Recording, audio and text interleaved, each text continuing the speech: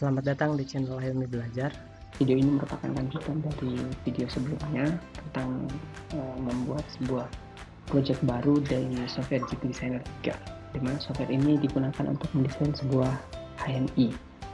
Nah, pada saat awal kita membuat sebuah project, maka akan tampil sebuah screen secara otomatis. Nah, screen ini merupakan screen awal dari HMI-nya.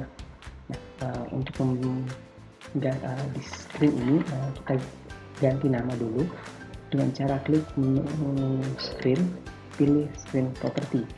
Nah, di sini ada screen number atau nomor screen.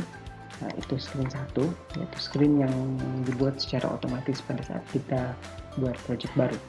Di sini di bagian screen name saya isikan nama misalnya home. Jadi screen ini namanya screen home.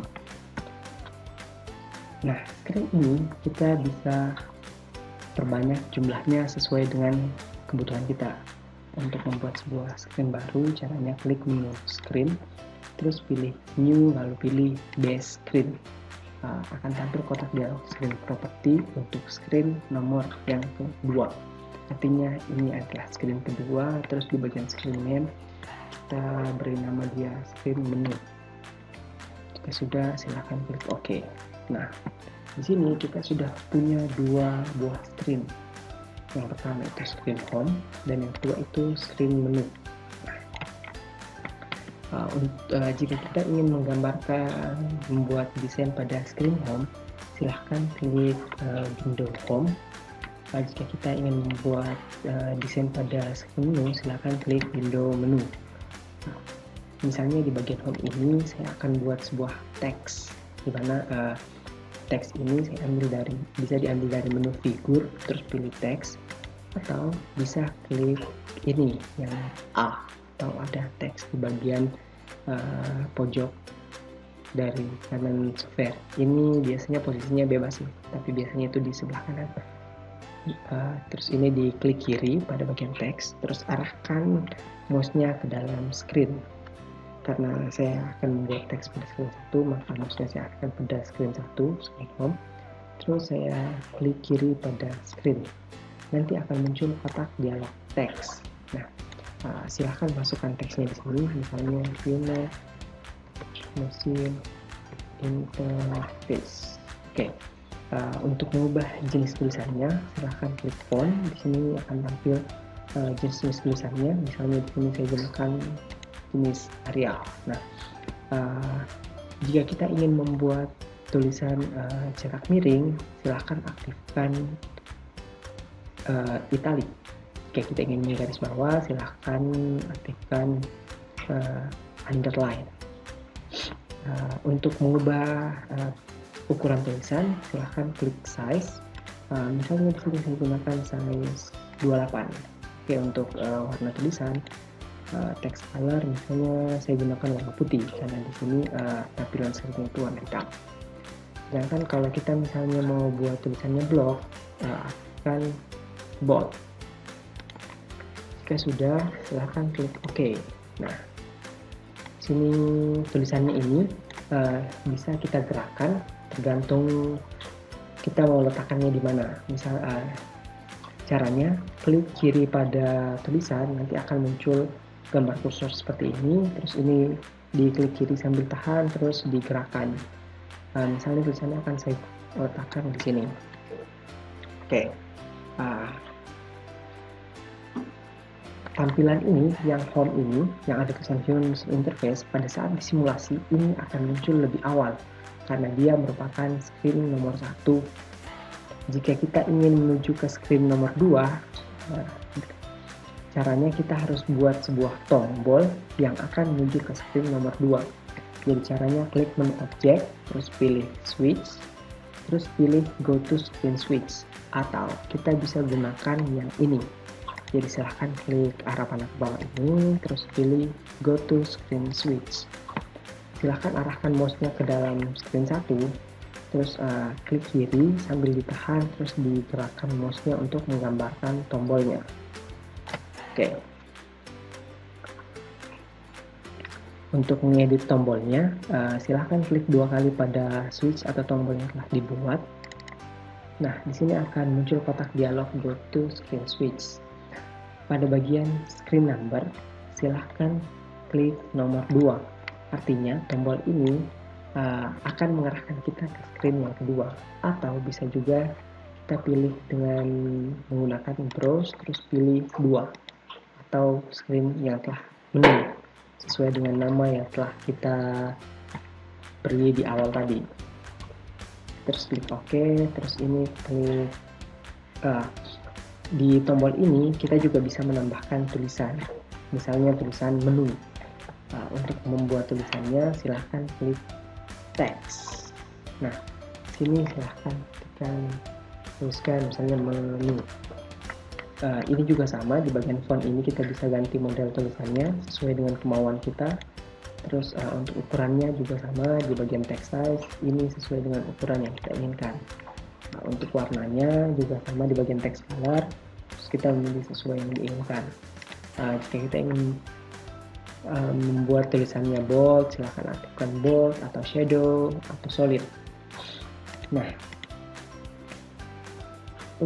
kita juga bisa mengganti model jenis tombolnya di bagian, silahkan klik bagian style terus pilih save.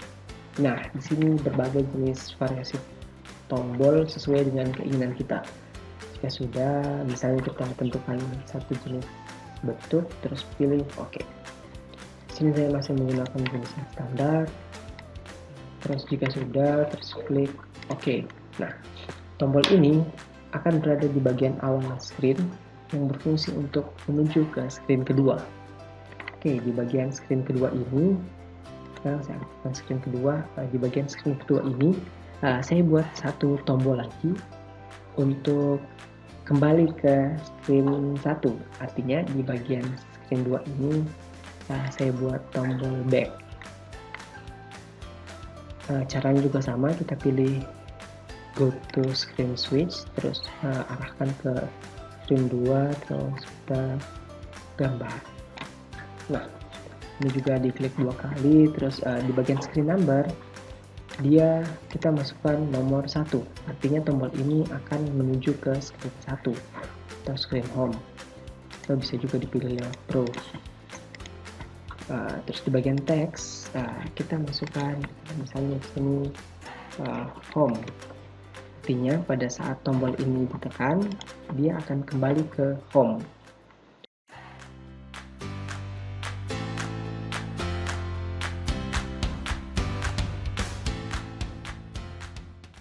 Nah, di bagian home ini, saya akan menambahkan jenis-jenis tombol atau switch. Cara untuk memasukkan tombol atau switch, silahkan klik menu objek, terus pilih switch. Misalnya di sini saya akan menggunakan yang pertama itu bit switch. Nah, caranya juga sama. Setelah diklik tadi bit switchnya, terus arahkan mouse-nya ke dalam screen 2, terus digambar dengan cara klik kiri sambil tahan, terus mouse-nya digeser. Oke. Nah, untuk mengedit tombolnya, silahkan klik 2 kali pada tombol, nanti akan muncul kotak dialog bit switch.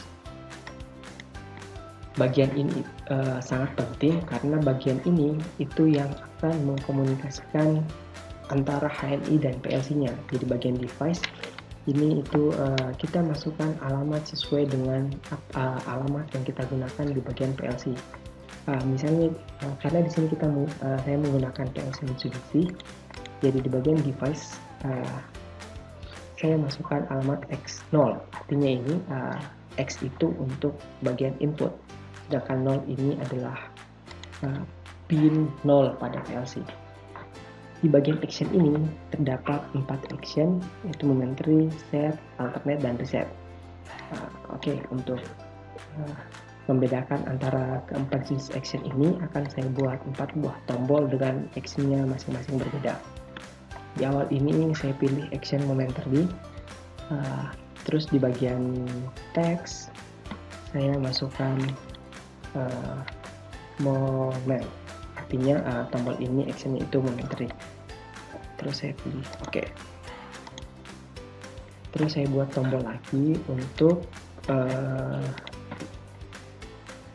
action yang set. Caranya masih sama.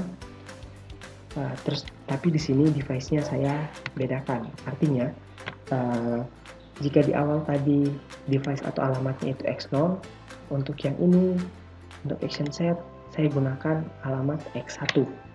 Terus di bagian teks biar saya gampang diingat, saya menuliskan set. Sudah, silahkan oke. Nah, kita juga dapat melakukan copy paste. Misalnya dua tombol yang telah saya buat, saya blok. Caranya klik tombol yang pertama, terus tekan shift pada keyboard, lalu klik tombol yang kedua.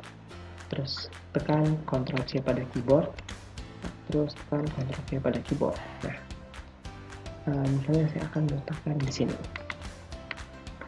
Jika sudah di copy paste, berarti alamat yang ada pada tombol momen sama set itu akan tercopy utuh. Artinya ini nanti jika tadi momen ini alamat X0, maka momen yang ini itu alamatnya X0 juga. Sama seperti yang set. Jika ini alamat X1, maka yang ini alamatnya X1. Untuk mengganti alamatnya dan tulisan momen, silahkan klik dua kali pada tombol. Di sini saya gunakan action reset.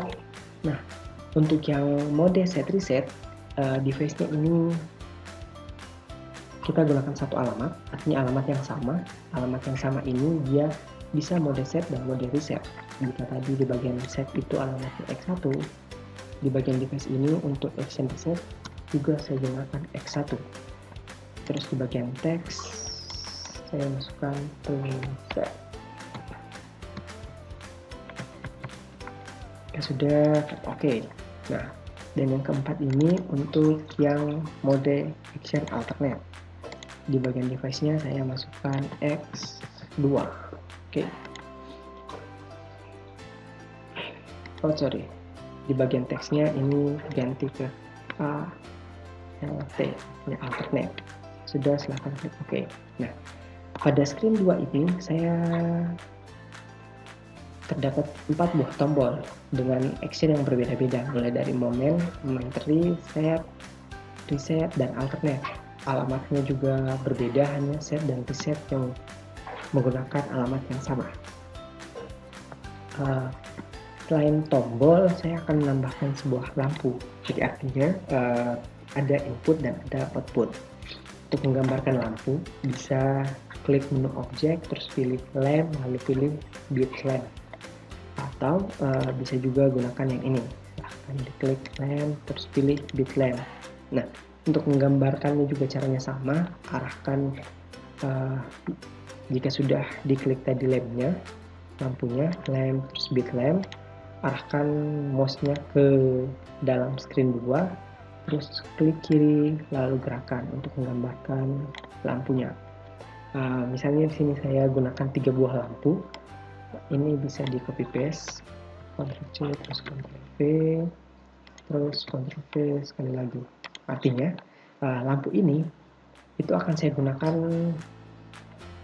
sebagai output dari tombol momen. Terus lampu yang kedua akan saya gunakan sebagai output dari tombol set dan reset, dan yang lampu ketiga ini akan saya gunakan sebagai output dari mode alternate.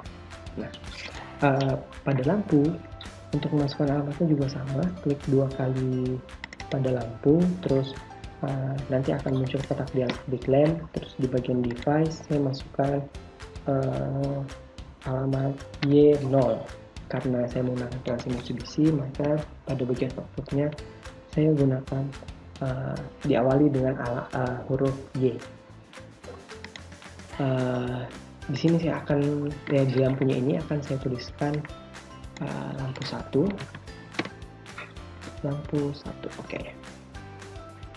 Lampu ini juga bisa diganti model atau bentuk-bentuknya dengan cara klik save, terus pilih lampu sesuai dengan keinginan kita. Jika sudah, silakan klik OK. Nah, ini oke. Terus di bagian lampu kedua ini device-nya saya masukkan Y1. Di bagian teks saya tuliskan lampu 2. Oke, dan yang ketiga saya masukkan device-nya Y2. Di bagian teks saya masukkan lampu 3. Oke. Nah, di screen 2 ini terdapat 4 buah tombol dan 3 buah lampu dan 1 tombol home. Tombol ini, yang home ini berfungsi untuk kembali ke screen 1.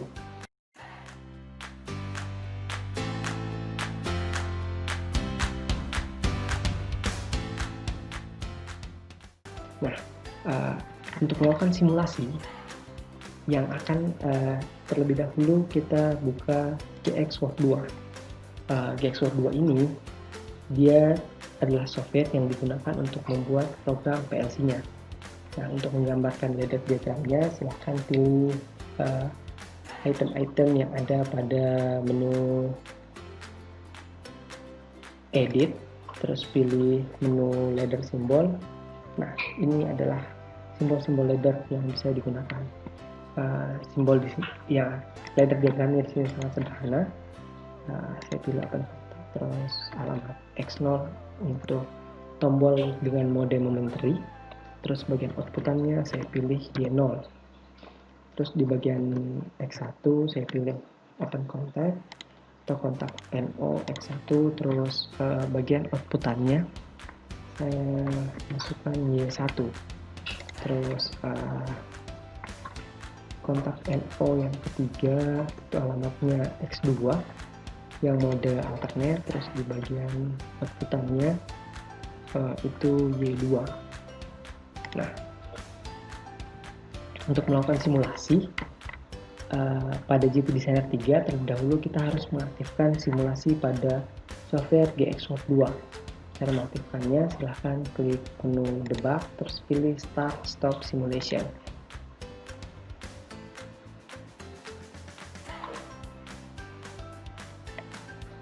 Nah, ladder diagram ini sudah GX Simulator 2 ini sudah aktif, artinya ladder diagram ini sudah masuk pada, sudah di-download ke PLC simulasi.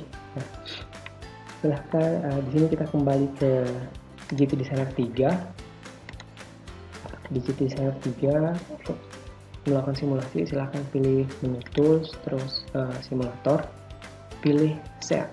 Artinya di bagian awal kita setting terlebih dahulu agar software GPU Designer 3 bisa connect sama GX Simulator 2.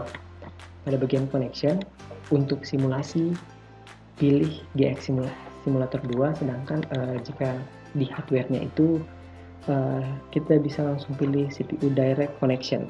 Artinya jika dia menggunakan RS232 pilih RS232, jika dia menggunakan RS455 pilih RS455, jika dia menggunakan Ethernet pilih yang Ethernet. Nah, karena ini simulasi, jadi pilih yang GX Simulator 2. Jika sudah, silahkan klik OK. Nah, untuk melakukan simulasi, silahkan pilih Tools, pilih Simulator, lalu aktif. Atau bisa juga dengan melakukan menekan Ctrl F10 pada keyboard. Atau bisa juga langsung pilih yang ini, yang tertera pada softwarenya. Biasanya itu sudah ditampilkan. Klik simulator.